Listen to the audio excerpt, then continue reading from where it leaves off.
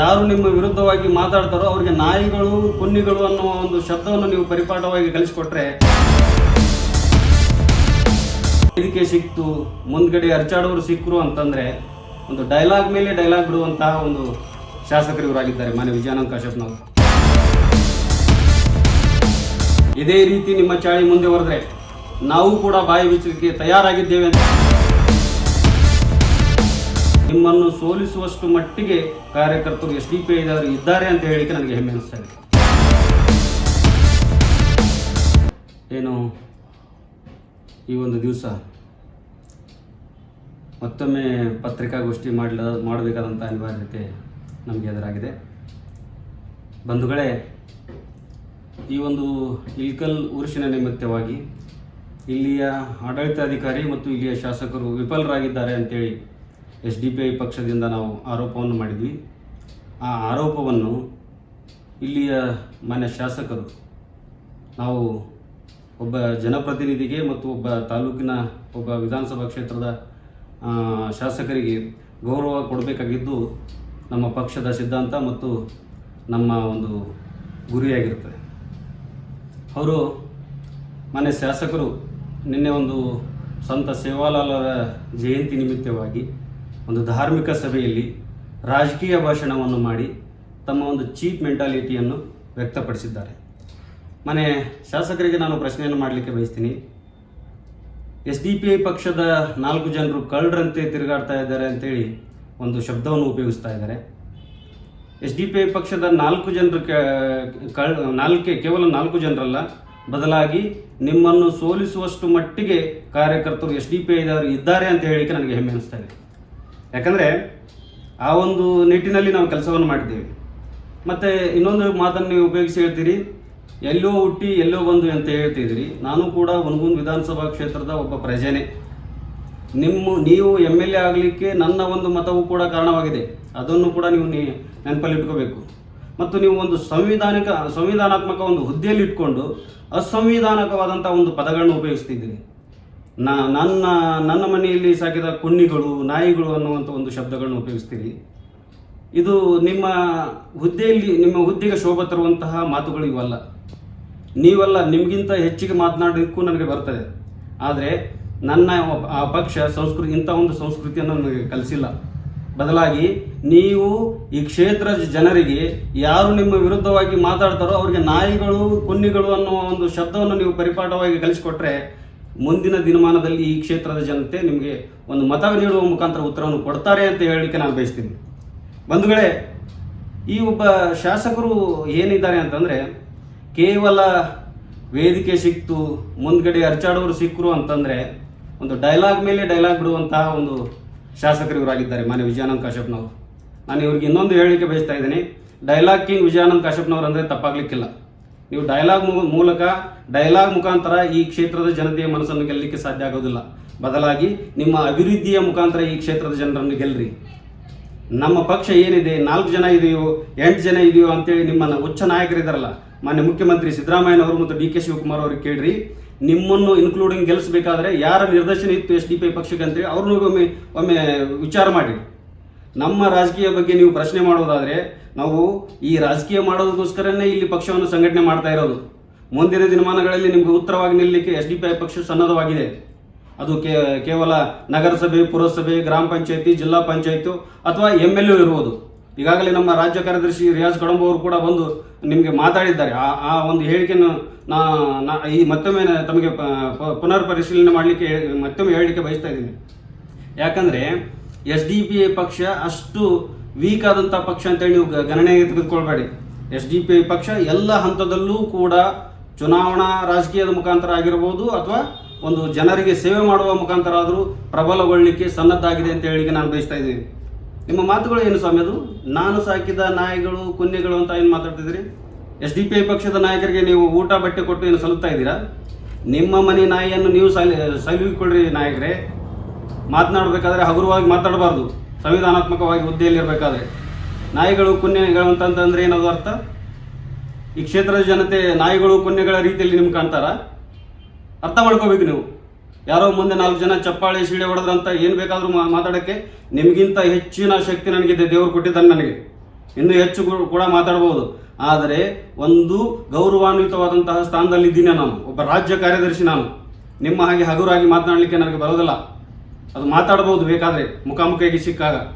ಆದರೆ ಎಲ್ಲೋ ಕಳ್ಳರಂತೆ ತಿರುಗಾಡ್ತಾರೆ, ಕಳ್ಳರಂತೆ ತಿರುಗಾಡಿಲ್ಲ. ಬದಲಾಗಿ ಈ ಒಂದು ನಿರೀಕ್ಷಣಾ ಮಂದಿರದಲ್ಲಿ, ಇಲ್ಕಲ್ನ ನಿರೀಕ್ಷಣಾ ಮಂದಿರದಲ್ಲಿ ಪತ್ರಿಕಾಗೋಷ್ಠಿಯನ್ನು ಕರೆದು ಮಾತಾಡಿರುವಂಥ ಮಾತುಗಳವು ಎಲ್ಲೋ ಮೂಲೆಯಲ್ಲಿ ಕುಂತು ಮಾತಾಡಿರುವಂಥ ಮಾತುಗಳಲ್ಲ. ವಿಚಾರ ಮಾಡಬೇಕು. ನೀವು ಯಾವುದೇ ಒಂದು ಪದವನ್ನು ಮಾತಾಡಬೇಕಾದ್ರೆ, SDPI ಪಕ್ಷದ ಬಗ್ಗೆ ಹಗುರಾಗಿ ಮಾತಾಡಬೇಕಾದ್ರೆ ಇನ್ನೊಮ್ಮೆ ಎಚ್ಚೆತ್ತುಕೊಂಡು ಮಾತಾಡ್ರಿ ಅಂತ ಹೇಳಿಕೆ ನಾನು ಬಯಸ್ತೀನಿ. ಇದೇ ರೀತಿ ನಿಮ್ಮ ಚಾಳಿ ಮುಂದೆ ಬರೆದ್ರೆ ನಾವು ಕೂಡ ಬಾಯಿ ಬಿಚ್ಚಲಿಕ್ಕೆ ತಯಾರಾಗಿದ್ದೇವೆ ಅಂತ ಹೇಳಲಿಕ್ಕೆ ನಾನು ಬಯಸ್ತೀನಿ ಬಂಧುಗಳೇ. ಯಾಕಂದರೆ ಇವರು ನಾನು ಮಾಡಿದ್ದೇ ಒಂದು ಏನು ವೇದವಾಕ್ಯ ಅನ್ನೋ ರೀತಿಯಲ್ಲಿ ನೀವಿದ್ದೀರಿ, ನಿಮ್ಮ ತಪ್ಪುಗಳನ್ನು ತೋರಿಸಲಿಕ್ಕೆ ನಾವು SDPIದವ್ರು ಇದ್ದೀರಿ ಇಲ್ಲಿ. ನೀವೇ ತಪ್ಪು ಮಾಡಿಲ್ಲ ಅಂದರೆ ನಿಮ್ಮ ಬಗ್ಗೆ ಯಾರು ಮಾತಾಡ್ತಾರೆ? ನಾನು ಇದ್ದೀನಿ ಇಲ್ಲಿ ಅಂತಂದರೆ ನಿನ್ನನ್ನು ಕಳಿಸಿದವರು ಯಾರು? ಈ ಕ್ಷೇತ್ರದ ಜನತೆ. ನೀನೊಬ್ಬನೇ ಹೋಗಿ MLA ಆಗಲಿಕ್ಕೆ ಸಾಧ್ಯ ಇಲ್ಲ. ಈ ಕ್ಷೇತ್ರದ ಜನತೆ ನಿನಗೆ ಮತವನ್ನು ನೀಡಿ ಅವಕಾಶವನ್ನು ಮಾಡಿಕೊಟ್ಟಿದ್ದಾರೆ. ಅದನ್ನು ಗೌರವಯುತವಾಗಿ ಅದನ್ನು ನಿರ್ವಹಿಸಿ ಮುಂದಿನ ಸಾರಿ 2028ರ ಚುನಾವಣೆಗೆ ಬಾ, ಆವಾಗ ನಾವು ತೋರಿಸ್ತೀವಿ ಏನಂತ SDPI ಅಂತೇಳಿ. ಇದೇ ರೀತಿ ಮಾತಾಡಿದರೆ ಸರಿಯಾಗಲಿಕ್ಕಿಲ್ಲ ಅಂತೇಳಿ ಒಂದು ಎಚ್ಚರಿಕೆಯನ್ನು ನೀಡ್ತಾ ನನ್ನ 2 ಮಾತಿಗೆ ವಿರಾಮ ಇಡ್ತೀನಿ. ಈ SDPI ಶಾಲು ಬಗ್ಗೆ ಈ ನಮ್ಮ ಹುನಗುಂದ ಮತಕ್ಷೇತ್ರದ ಮಾನ್ಯ ಶಾಸಕರು ಭಾಳ ಹಗುರವಾಗಿ ಮಾತಾಡಿದ್ದಾರೆ. ಈ ಶಾಲೆ ಹಾಕಿದವರು ಏನಂತಾರೆ, ಈ ಶಾಲಿನ ಮಹತ್ವ ಸತ್ಯ, ನ್ಯಾಯ, ನೀತಿ, ಧರ್ಮಗೋಸ್ಕರವಾಗಿ ಹುಟ್ಟಿದ್ದ ಈ ಶಾಲು ನಮಗೆ ತಿಳಿದಿರಲಿ. ಮೊದಲು ಈ ಶಾಲು ಹಾಕಿದುಕೊಂಡವರು ನಾ ಕಿಸಿಗೆ ಸಾಮನೆ झुके ना झुकेंगे, ये सिर्फ सर उसी के सामने झुकता है, उसके सिवा किसी के सामने नहीं झुकता ಅನ್ನುತ್ತಾ ಈ ಮಾತನ್ನು ಹೇಳುತ್ತಾ ತಮಗೆ ಹೇಳ್ಬೋದು, ಬರೀ ಅಭಿವೃದ್ಧಿಗೋಸ್ಕರವಾಗಿ ಸ್ವಲ್ಪ ಕೇಳಿದ್ದಕ್ಕೆ ಇದು ತಪ್ಪ ಅನ್ನೋದು ನನ್ನ ಪ್ರಶ್ನೆ. ಇದು ತಪ್ಪ ಕೇಳಬಾರ್ದಾ? ಅಲ್ರಿ, ಹುನಗುಂದ ಮತಕ್ಷೇತ್ರದ ಇಳಕಲ್ ತಾಲೂಕಿನಲ್ಲಿ ಹಜರತ್ ಸೈಯದ್ ಶಾ ಮುರ್ತುಜಿ ಖಾದ್ರಿ ದರ್ಗಾ ಇದು ಭಾವೈಕ್ಯತೆಯ ಸಂಘ, ಇದು ಉರುಸು. ಇಲ್ಲಿ ಪ್ರತಿ ಹುನಗುಂದ ತಾಲೂಕಿನ ಜನರ, ಇಳಕಲ್ ತಾಲೂಕಿನ ಜನರ ಅಲ್ಲ, ಇಡೀ ಕರ್ನಾಟಕದ ಜನರು ಇಲ್ಲಿ ಬಂದು ಆ ಉರುಸಿಗೆ ಎಲ್ಲರೂ ಸೇರಿಕೊಳ್ಳುತ್ತಾರೆ. ಇದನ್ನು ತಾವು ತಿಳ್ಕೋಬಹುದು. ಇಲ್ಲಿ ತಾವು ದಾರಿಯಲ್ಲಿ ಅಡ್ಡಾಡಿರಬಹುದು, ಆದರೂ ಇಲ್ಲಿರುವ ತೆಗ್ಗು ದಿನ್ನಿಗಳನ್ನು ತಾವು ನೋಡಿರಬಹುದು. ಅದನ್ನು ಕೇಳಿದ ತಪ್ಪ? ನನ್ನ ಪ್ರಶ್ನೆ ತಮಗೆ, ಇದನ್ನು ಕೇಳಬಾರ್ದಾ? ನಮ್ಮ ಹುನಗುಂದ ಮತಕ್ಷೇತ್ರದ ಮೊದಲನೇ ಪ್ರಜೆ ಯಾರಪ್ಪ? ನಮ್ಮ ಹುನಗುಂದ ತಾಲೂಕಿನ ಮೊದಲ ಪ್ರಜೆ ತಾವೇ ಅಲ್ಲ. ತಮಗೆ ಕೇಳಲಾರ್ದು ಯಾರಿಗೆ ಕೇಳೋನು ಹೇಳಿ ನಾವು? ತಮಗೆ ಕೇಳಬೇಕಲ್ಲ ನಾವು. ಮತ್ತು ತಾವು ಸರಿ ಮಾಡಿಸ್ಲಿಕ್ಕಂದ್ರೆ ಹೆಂಗೆ? ಮಾನ್ಯ ತಹಸೀಲ್ದಾರ್ ಸಾಹೇಬರು ವಿಫಲವಾಗಿದ್ದಾರೆ. ಈ ಆಡಳಿತ ಮಾಡಕತ್ತಾರ, ಆಡಳಿತ ವಿಫಲವಾಗಿದೆ ಅವ್ರದ್ದು ಆಡಳಿತ. ಏನರ ಅಂದರೆ ಅವರು ಮೊದಲೇ ಆಗಿ ಈ ಫಸ್ಟ್ ಟೈಮ್ ಈ ಉರುಸಿಗೆಗೋಸ್ಕರವಾಗಿ ಅವ್ರು ಮಾಡಕತ್ತಾರ ಅಂತ ನಂಗೆ ಅನ್ಸುತ್ತೆ ಅವ್ರಿಗೆ. ಯಾಕ್ರಿ ಸ್ವಾಮಿ, ನೀವು ಮಾಡಿಲ್ಲ ಇದ್ರ ಮುಂಚೆನೂ ಮಾಡಿಲ್ಲ ಇದನ್ನು ಉರುಸು? ಇಲ್ಲಿ ಏನೇ ಎಷ್ಟು ತೊಂದರೆ ಆಗಿದೆ ಅನ್ನೋದು ಅಲ್ರಿ. ತಮಗೆ ಕೇಳಬೇಕು ಕೇಳಬಾರ್ದು? ತಾವು ಸರ್ಕಾರಿ ನೌಕರರಾಗಿ ಸರ್ಕಾರ ಕೆಲಸ ಮಾಡಕ್ಕೆ ಮತ್ತೊಬ್ಬರು ಪರವಾನಗಿ ಬೇಕಾ? ತಾವು ಹೇಳ್ತೀರಾ ಅಲ್ಲೇ ಪುರಸಭೆಯವರು ಹೇಳಿದ್ದೆ ಬಂದಿಲ್ಲ. ಅಲ್ರಿ, ನೀವು ತಾಲೂಕಾ ಆಡಳಿತಾಧಿಕಾರಿಗಳು ಏನೇ ಆಗಲಿ ಆರ್ಡರ್ ಮಾಡಬೇಕು, ಬಂದು ಕೆಲಸ ಮಾಡ್ರಿ ಅಂತ ಹೇಳಿ. ನೀವು ಆರ್ಡರ್ ಅಲ್ಲ, ನೀವೇ ಅವ್ರು ಬಂದಿಲ್ಲ ಇವ್ರು ಬಂದಿಲ್ಲ ಅಂದ್ರೆ ಹಾರೈಕೆ ಮಾತು ಬೇಡ. ಇದು ಬಂದು ನಿಂತು ಮಾಡಿಸ್ರಿ. ನೀವು ಬಂದು ಮಾಡಿಸಿ ಎಲ್ಲ ಕೆಲಸಗಳನ್ನು ಕಾರ್ಯಗಳನ್ನು ನಿರ್ವಹಿಸ್ಬೇಕು ನೀವು. ಅಂದ್ರೆ ನೀವು ಇದು ಕೆಲಸ ನಿರ್ವಹಿಸೋಕೆ ಏನೇ ಇಲ್ಲಾರ್ದೆ ಸುಮ್ಮ ಕುಂತು ಬಿಟ್ರೆ ಅಂದ್ರೆ ವಿಫಲ ಆಗಿದ್ರೆ ಅಂತ ಹೇಳಿಬಿಟ್ರೆ ಅಂದ್ರೆ ಎಲ್ಲರೂ ಯಾವುದೋ ರಾಜಕೀಯದಿಂದ ತೊಗೊಂಬಂದು ನಮ್ಗೆ ಇದು ಮಾಡ್ತೀರಾ? ಅಲ್ರಿ, ರಾಜಕೀಯ ಬಿಡ್ರಿ, ನಿಮ್ಮ ಕೆಲಸ ನಿಮ್ಮ ಕಾರ್ಯ ನಿರ್ವಹಿಸ್ರಿ. ಸರ್ಕಾರದ ಕೆಲಸ ದೇವರ ಕೆಲಸ ಅಂತ ಹೇಳ್ತಾರೆ. ಸರ್ಕಾರದ ಕೆಲಸ ದೇವರ ಕೆಲಸ ನೀವು ಮಾಡಿದ್ದೀರಾ? ನೀವು ಮಾಡ್ಲಿಕ್ಕೆ ಆಗಾಕತ್ತಿದ್ಯಾ? ನಾನು ಹೇಳೋದು ಬೇಡ, ನಾನು ಹೇಳಕತ್ತೀನಿ. ತಾವು ಒಂದು ಕೊಠಡಿಯಲ್ಲಿ ಕೂತು ಆತ್ಮಸಾಕ್ಷಿಯಾಗಿ ಕೇಳ್ರಿ ನೀವು ಮಾಡೀನಿ ಅಂತ. ನಾನು ಏನು ಕೆಲಸ ಮಾಡೀನಂತ ತಾವು ಆತ್ಮಸಾಕ್ಷಿಯಾಗಿ ಕೇಳ್ರಿ. ಸರ್ಕಾರದ ಕೆಲಸ ಮಾಡಕ್ಕೆ ಹಿಂಜರಿತೀರ, ಯಾವುದೋ ರಾಜಕೀಯ ಮಾತುಗಳನ್ನು ಕೇಳಿ ಇದು ಮಾಡ್ತೀರಾ? ಅಲ್ರಿ, ನಿಮ್ಮ ಕೆಲಸ ನೀವು ಚಾಚು ತತ್ತದು ಮಾಡಿದರೆ ಯಾರು ನಿಮ್ಮಲ್ಲಿ ಕೈ ಬಳೆ ಬಸ್ತಾರೆ? ಯಾರು ನಿಮ್ಮ ತಪ್ಪನ್ನು ಹೇಳ್ತಾರೆ? ಯಾರು ಹೇಳೋದಲ್ಲ. ನಿಮ್ಮ ಕೆಲಸ ನೀವು ಮಾಡಲೇಬೇಕು, ನೀವು ಮಾಡಬೇಕಾದದ್ದು. ನಿಮ್ಮ ಮತ್ತೊಬ್ರು ಕೇಳತಕ್ಕದ್ದು ಅಲ್ಲ. ಅದನ್ನು ಆಡಳಿತಾಧಿಕಾರಿ ಕೆಲಸ ಅಂದ್ರೆ ಆಡಳಿತದ ಕೆಲಸ ಮಾಡಲೇಬೇಕು. ನೀವು ಈಗ ಮಾಡಲಾರ್ದೆ ನೀವೇನು ಮಾಡ್ತೀರಿ? ಯಾರಿಗೋ ಏನೋ ಹೇಳಿ ಅಂಜಿದು ಅಂಜಿಕೆ ಅಲ್ರಿ. ನಿಮ್ಮ ಕೆಲಸ ನೀವು ಮಾಡ್ರಿ, ಅಂಜಿಕೆ ಅಲ್ಲ ಇದು. ನೀವು ಏನಂತೀರಿ? ಹುನಗುಂದ ತಾಲೂಕಿನ ಇಳಕಲ್ ತಾಲೂಕಿನ ಎಲ್ಲ ಜನರು ಎಲ್ಲರೂ ಬರ್ತಾರೆ ಇಲ್ಲಿ. ಅದ್ರ ಬಗ್ಗೆ ತಲೆ ಕೆಡ್ಸ್ಕೊಂಡು ಹೋಗಲ್ಲ ನೀವು. ಯಾಕೋ ಇದು ಕರ್ನಾಟಕದ ಭಾವಿಕತೆ. ಹಾಗೆ ನಮ್ಮ ವಿಜಯ ಮಹಾಂತೇಶ ಸ್ವಾಮಿಗಳ ಪೀಠದಲ್ಲಿ ಅಲ್ಲಿಯೂ ಎಷ್ಟು ಇದು ಉತ್ಸವ ನಡೀತದೆ. ಅಲ್ಲಿ ಇದು ಬರುತ್ತೆ, ಅಡ್ಡಪಾಲಿಕೆ ಆಗುತ್ತೆ. ಅಲ್ಲಿ ಗೊತ್ತಾಗಲ್ಲ, ಅದ್ರ ಬಗ್ಗೆನೂ ಗೊತ್ತಿಲ್ಲ ನಿಮಗೆ, ಅದ್ರ ಬಗ್ಗೆ ತಿಳುವಳಿಕೆ ಇಲ್ಲ ನಿಮಗೆ.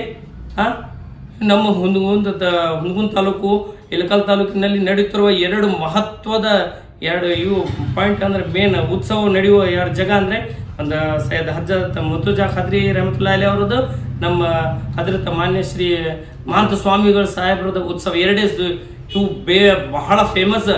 ಇಡೀ ನಮ್ಮ ಇಳಕಲ್ ತಾಲೂಕನ್ನು ಪ್ರಸಿದ್ಧಗೊಳಿಸುವುದು ಉತ್ಸವ ಅಂದರೆ ಇವು ಎರಡು ಉತ್ಸವ. ಇಲ್ಲಿ ಬರೀ ಹುನಗುಂದ ಬಾಗಲಕೋಟೆ ತಾಲೂಕಿನ ಬಾಗಲಕೋಟೆ ಜಿಲ್ಲೆಯಲ್ಲಿ ಅಷ್ಟೇ ಅಲ್ಲ, ಇಡೀ ಕರ್ನಾಟಕದಲ್ಲಿ ನಿಮಗೆ ಇವು ಎರಡು ಉತ್ಸವ ಬಗ್ಗೆ ಇಡೀ ಇದು ಕರ್ನಾಟಕದ ಅಲ್ಲಿ ಇದು ಪ್ರಸಿದ್ಧವಾದದ್ದು ಅದಾವ. ಆದರೂ ನೀವು ಇದ್ರ ಬಗ್ಗೆ ತಲೆ ಕೆಡಿಸ್ಕೊಂಡಿಲ್ಲಪ್ಪ ಅಂದ್ರೆ ಎಲ್ಲರೂ ಜನರು ಬಂದು ಅಲ್ರಿ ನಾವು ಹುನಗುಂದ ತಾಲೂಕು ಇಳಕಲ್ ತಾಲೂಕಿನಲ್ಲಿ ಇದ್ದು ನಾವು ಯಾಕೆ ಬೇರೆಯವ್ರ ಕೈಲಿ ಅನಿಸ್ಕೊಂಡ್ರಿ? ಈ ಮಾತು ಸರಿ ಅನ್ಸಲ್ಲ, ನನಗೆ ಸರಿ ಕಾಣುತ್ತೇ ಇಲ್ಲ. ನೀವು ಮೊದಲಾಗಿ ಚಾಚು ತಪ್ಪದೆ ಇದು ಕೆಲಸ ನಿರ್ವಹಿಸಿದ್ರಂದ್ರೆ ಈ ಮಾತು ನಿಮ್ಮ ಕಡೆಗೆ ನಾವು ಕೈ ಎತ್ತು ತೋರ್ಸೋಕ್ಕೆ ಕಾರಣವೇ ಹಾಕಿದ್ದಲ್ಲ. ಇದನ್ನು ನೀವು ಹೇಗೆ ಸರಿಪಡಿಸ್ತೀರೋ ಸರಿಪಡಿಸ್ರಿ ಅನ್ನುತ್ತಾ ನನ್ನ ಎರಡು ಮಾತುಗಳನ್ನು ಮುಗಿಸುತ್ತೇನೆ. ಇನ್ನಷ್ಟು ಅಪ್ಡೇಟ್ಗಳಿಗಾಗಿ ಫಾಲೋ ಮಾಡಿ ವಿಜಯ ಧ್ವನಿ ನ್ಯೂಸ್.